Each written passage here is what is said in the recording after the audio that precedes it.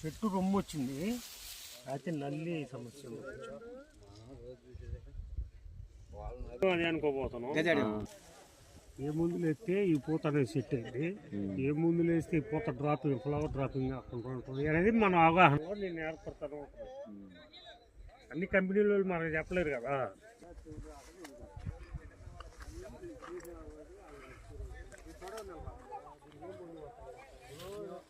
మొన్న వాతావరణం బాగుంది, 3 రోజుల నుంచి పైరుగాలి అవుతుంది. ముందుకు వచ్చిన అంత చెట్టు కాదు కానీ ఎక్కువ పర్సెంట్ చెట్టు లేదు.